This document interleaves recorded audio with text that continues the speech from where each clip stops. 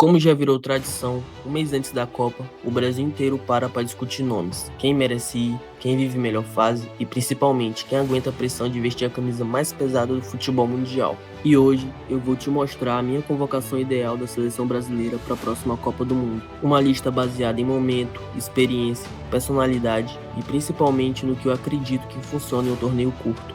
Então já comenta aqui embaixo qual nome não pode ficar fora da sua lista, porque sinceramente tem algumas escolhas aqui que vão gerar discussão.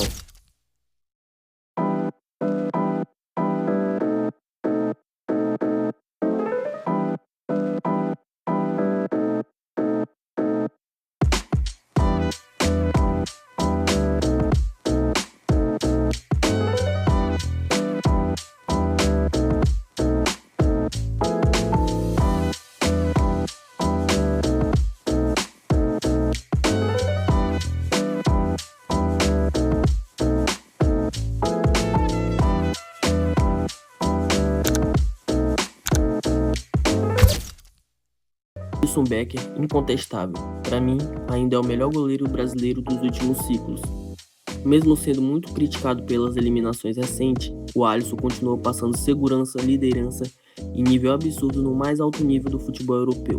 Em Copa do Mundo, experiência pesa muito e Alisson já conhece essa pressão.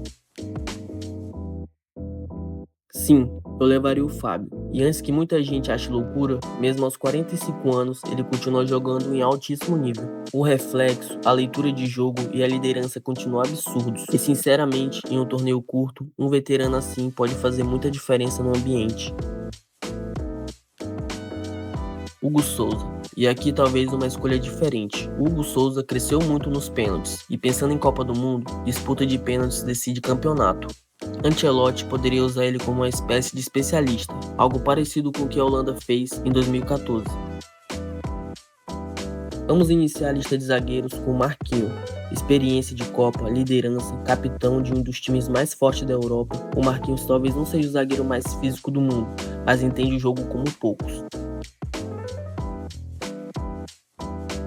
Hoje, um dos zagueiros brasileiros em melhor fase no futebol europeu, fortíssimo fisicamente, dominante no jogo aéreo e muito mais seguro defensivamente. Além disso, chega vivendo jogos gigantes na Champions League.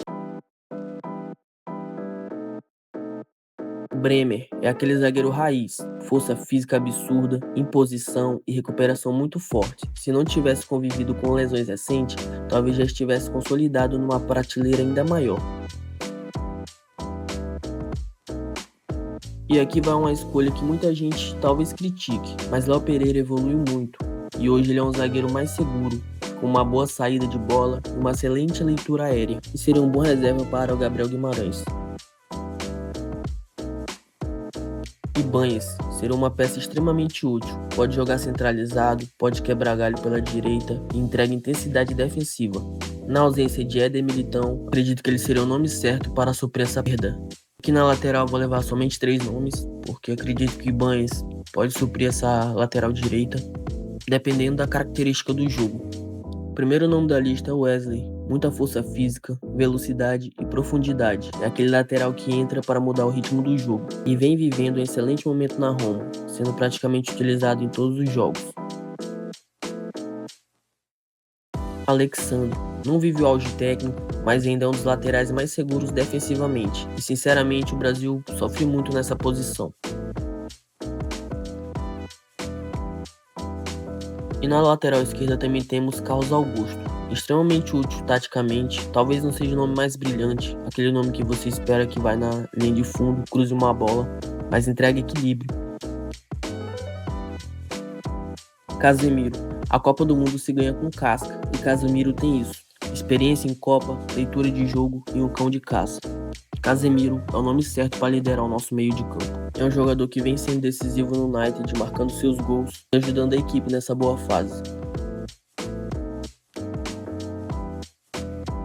Bruno Guimarães. Hoje é um dos jogadores mais importantes da seleção. Quebra linhas, pressiona, marca e ainda chega na frente. É aquele meio-campista moderno que toda seleção campeã precisa ter.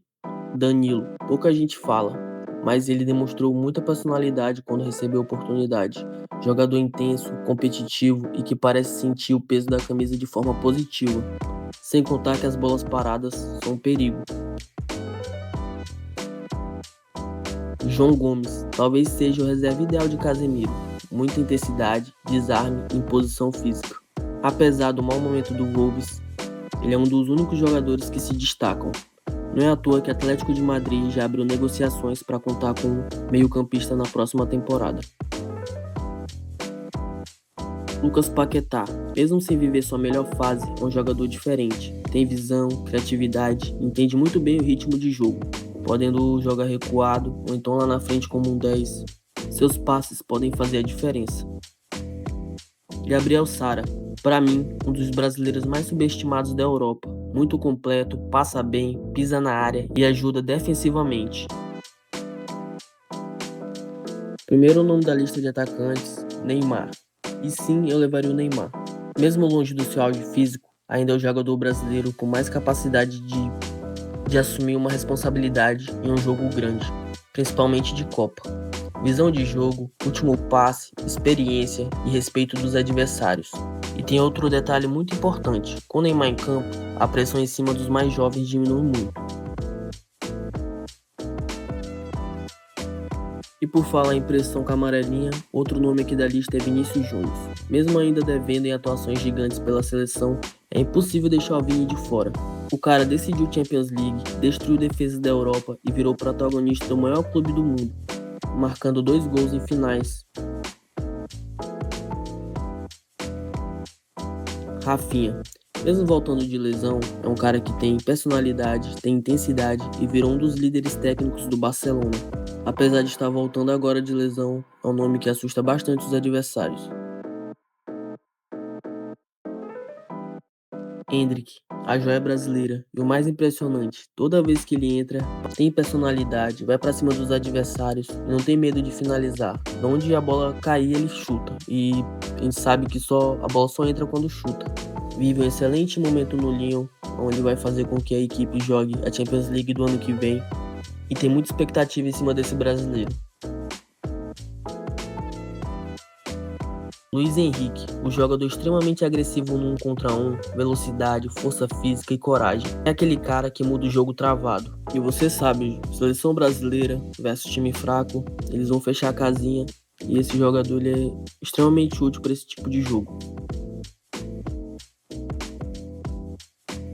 Igor Thiago, muita presença física, excelente no jogo aéreo e vem crescendo muito no futebol inglês. Vive excelente fase e colocou em risco a artilharia de Haaland. Matheus Cunha, um jogador moderno, ajuda na construção, recompõe e ainda participa ofensivamente. Então é um nome que não pode ficar de fora. Vive excelente fase no United, marcando gol, dando assistências. João Pedro, técnico, inteligente e muito bom fora da área. É aquele atacante que não fica preso esperando a bola. Outro nome que pode ser contestado por vocês é Pedro, talvez o melhor finalizador brasileiro dentro da área. Precisa de pouca chance para poder colocar a bola dentro da rede. Em Copa do Mundo, às vezes uma bola decide tudo.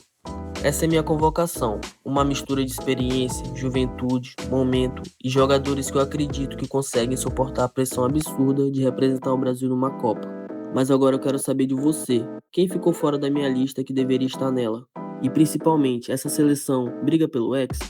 Se curtiu o vídeo, já deixa o like, porque isso ajuda demais o canal. Se inscreve, porque aqui a gente fala de futebol com paixão de verdade.